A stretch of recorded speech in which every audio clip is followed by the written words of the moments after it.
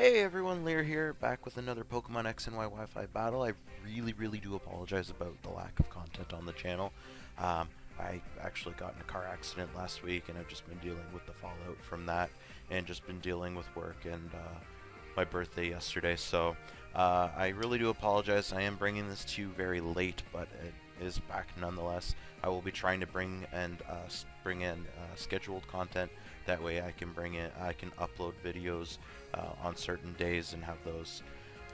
So right now I got a quick battle against my friend Cranky, Croconaw, or Mercury. Shawana battled me, and really fun battle. I really get to show off this my Murkrow and my Ampharos and my Mega Ampharos. So goddamn majestic. Love it. I love Mega Ampharos. Anyways, just looking at her team, I am afraid of the Charizard and the Azumarill, especially if it's a belly drum set. I'm also afraid of the Sableye, just because this entire team is set around me trying to get off my my hazards with my Smeargle, and with her with her Sableye, I really can't do that. So I'm gonna lead off with my Smeargle, and she is gonna lead off with her Sableye, and she's gonna get the taunt off with that Prankster. And obviously I'm not going to be able to do anything with that Smeargle, so I'm going to switch out to my Walnut here, and she's just going to go for the foul play onto my Fortress. Fortress not really having that much attack, and it is also physically defensive, not really going to do much to me. She's going to go for the taunt again, and I am just going to go for the Volt Switch, predicting the taunt here, just to get off a little bit of damage and just get some switch momentum too. So I am going to Volt Switch out into my Florges. Now, since 6th Gen Sableye, or before 6th Gen, Sableye hasn't really had any kind of super effective moves, just because of that Dark and Ghost typing. But now with the introduction of Fairy, it's definitely got a weakness there with the Fairy type. So I am just going to go for the safe Moonblast here on whatever comes in. She's going to go into her specially defensive Blissey. God damn, that thing is a fucking tank. Anyways. I am just going to double switch out I'm going to hard switch out into my Smeargle again, and she is going to go and for the Toxic on my Smeargle. Smeargle, like I said, I just need to get off that Sticky Web and possibly Stealth Rocks for that Charizard.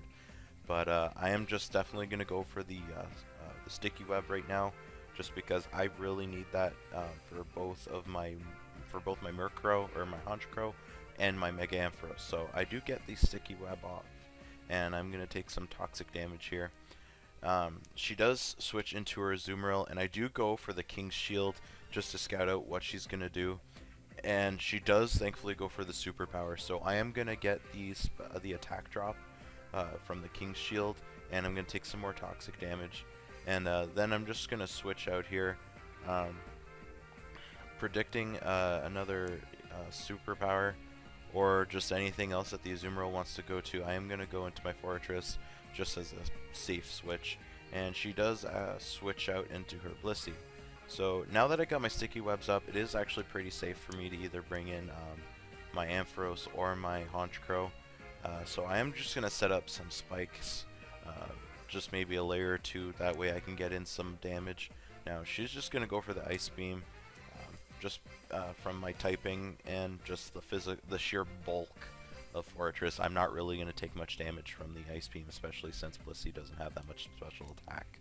So I'm going to go for another layer of spikes here, and she's just going to go for an Ice Beam again. I'm really hoping I don't get frozen, just because I wouldn't like that at all.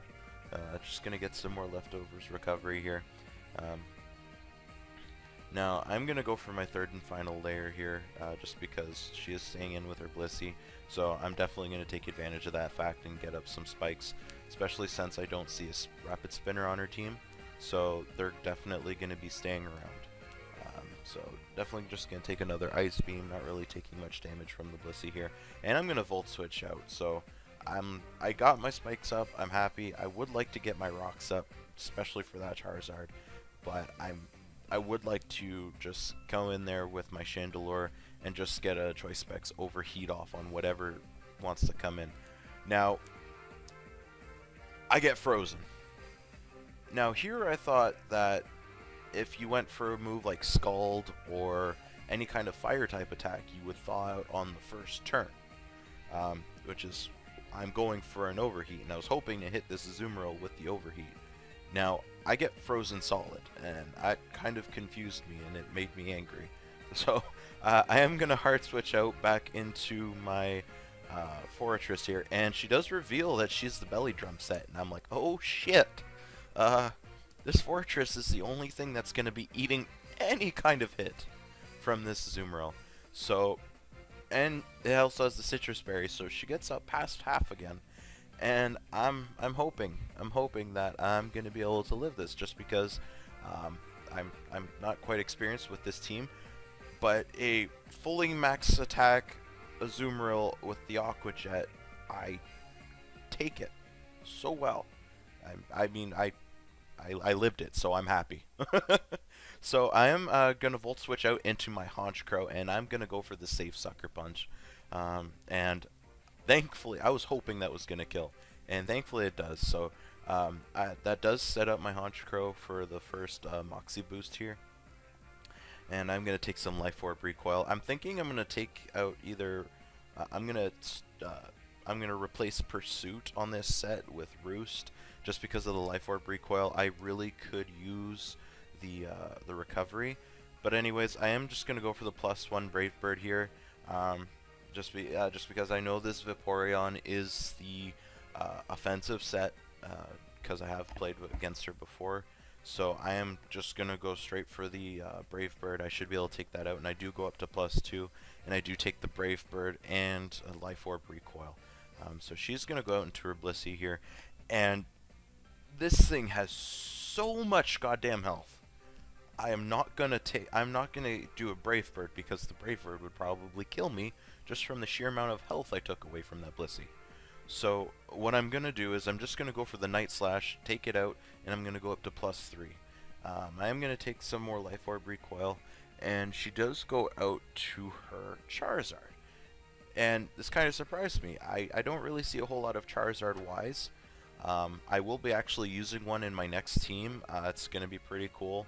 I got a shiny Pokemon. It's my favorite Pokemon. And hopefully it'll be debuting in my next video. Or in my next couple videos anyways. So I'm going to go for the Sucker Punch, just because I don't really know any kind of Mega Charizard Y sets that actually use a setup type attack. So I'm going to go for the safe Sucker Punch here. And I'm going to go up to +4.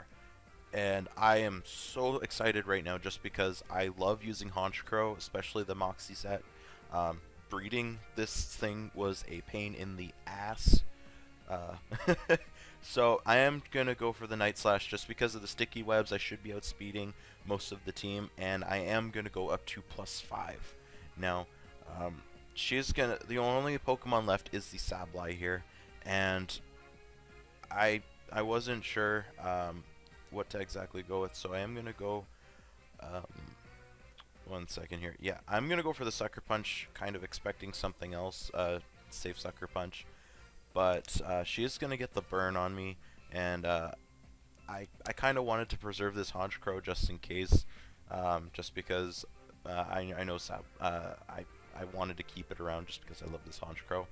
So I am going to switch out into my Ampharos and figure, hey, let's get that luscious hair going and Mega Evolve into Mega Ampharos. You're going to see, my brain's going to fart so bad. Like, I'm going to have the biggest brain fart right here. Just because I got confused exactly what Mold Breaker did. Like, don't get me wrong, I know that it's going to negate the ability, so if they have Levitate, you can hit them with Earthquake, or if they have Sturdy, it's not going to affect that attack and you can 1-hit KO them. But for some reason, I thought that Mold Breaker was also going to let me hit a Ghost type with a Fighting type attack, which is why I'm actually going to go for the Focus Blast, not once, but, no, never mind. I went for the Focus Blast on a Ghost type. So, that's my derp right there. That's my derp. I herped when I should have derped. So, I am going to take a Foul Play, a couple of them, just because, Mega Ampharos doesn't really have that high attack compared to its special attack. and I'm gonna take some burn damage here, and she's just gonna go for the recover. I figure, well, might as well just get a free switch on something, so I'm going to just go for another Dragon Pulse, get this thing down some lower health, because she is gonna get some recovery on it with the recover. Go figure. And I am gonna die to the burn right here after this Dragon Pulse, and I figure, okay, well, might as well just go out into my floor. I guess I'm done playing around. I'm just gonna go for a Moon Blast. It should be able to take it out with 1 or 2 hits. So I'm just gonna go into my Florges here, and I am gonna go for the Moon Blast on the Sableye. So I had lots of fun. I really like battling Cranky, Croconaw. You should really check out our channel. It is going to be in the description. I also want to thank you guys for your patience. Thank you very much for watching the videos. Please remember to like the video, hit subscribe. I will definitely be trying to put out some regularly scheduled videos too, get out some more content. Definitely check me out on Twitter if you want to battle. And as always, have a good one and Merry Christmas.